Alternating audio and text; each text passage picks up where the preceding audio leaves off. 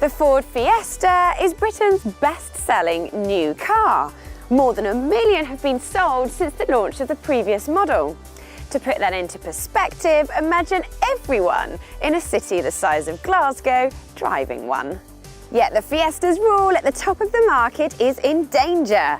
Challenges from the Skoda Fabia, Seat Ibiza and Volkswagen Polo mean for the Fiesta to triumph it needs to be better to drive, more practical and easier to live with than all of them.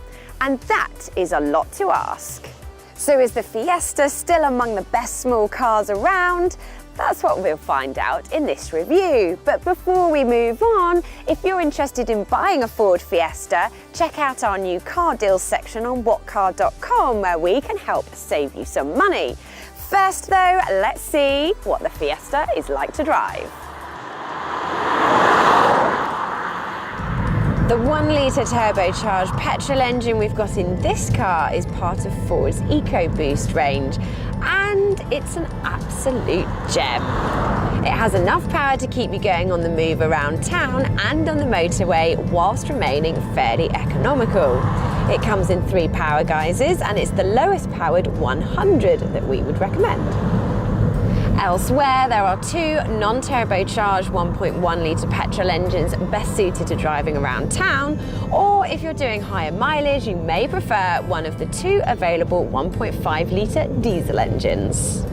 The Fiesta remains one of the best cars in this market to drive, and it deals brilliantly with the cracks and potholes that you'll find on UK roads, especially if you opt for smaller alloy wheels. It handles well and is as much fun to drive as some sports cars along twisting country lanes, thanks to its sharp steering and responsive nature. Going for the 1-litre EcoBoost engine, and the Fiesta is pleasantly quiet even at speed, although some road noise does find its way in, especially with models fitted with larger alloy wheels. You sit higher in the Ford Fiesta compared to most of its rivals, but that's not a bad thing. It makes it easy to see out of, and although the rear visibility is slightly compromised by the funky shape, not enough to affect its parking because it is a doddle to park this little Ford Fiesta. And in actual fact, you get rear parking sensors as standard on titanium models and above, but if you go for the Zetec that we recommend, they are optional. And on high-end Fiestas, you can even spec a reversing camera.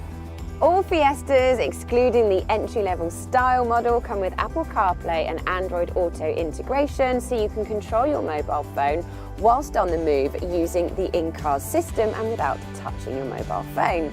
And if you go for Zetec and ST line, you get a 6.5-inch touchscreen interface. Go for a titanium and above, and you get an 8-inch touchscreen with built-in sat-nav. And if you love your music like I do, then the upgraded Bang & Olufsen stereo is worth considering. The Fiesta's build quality is pretty good, and all the controls that you touch regularly, such as these buttons on the steering wheel, feel fairly upmarket. That said, the Volkswagen Polo and Seat Ibiza feel even better put together.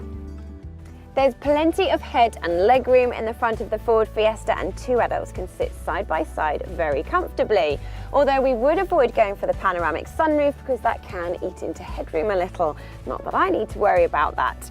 And there's plenty of places to store your everyday clutter. For example, we've got 2 cup holders here and 1 in the door bin just there, and somewhere for your mobile phone, and a decent sized glove box.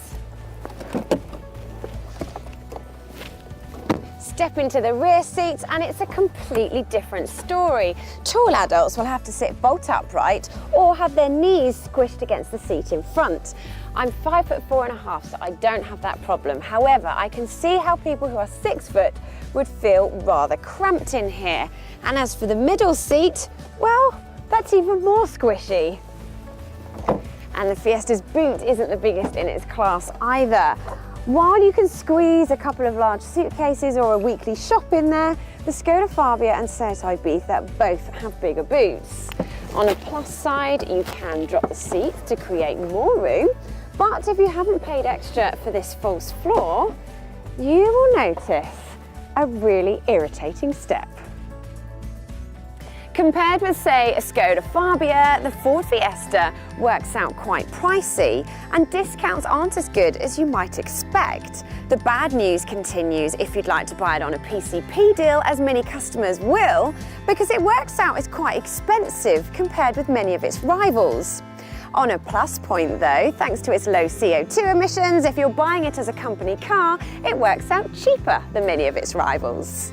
We'd avoid the relatively Spartan style models and go instead for a Zetec car, which gets you alloy wheels, a heated windscreen, front fog lights, a smarter looking interior and an upgraded infotainment package. Titanium trim is also worth looking at if you would like some luxuries, because you get cruise control, keyless start, automatic lights and wipers and sat-nav. Regardless of which Fiesta you go for, all models come with 7 airbags, lane keep assistance and automatic emergency braking.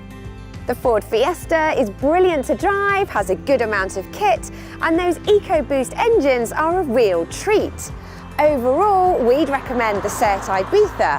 However, the Fiesta still remains one of the best small cars around. For plenty more on the Ford Fiesta, including our online review, head to WhatCar.com. And if you're thinking of buying one, remember we can help save you money on your next new car. Head to our new car deals section. But before you go anywhere, hit subscribe and never miss another video.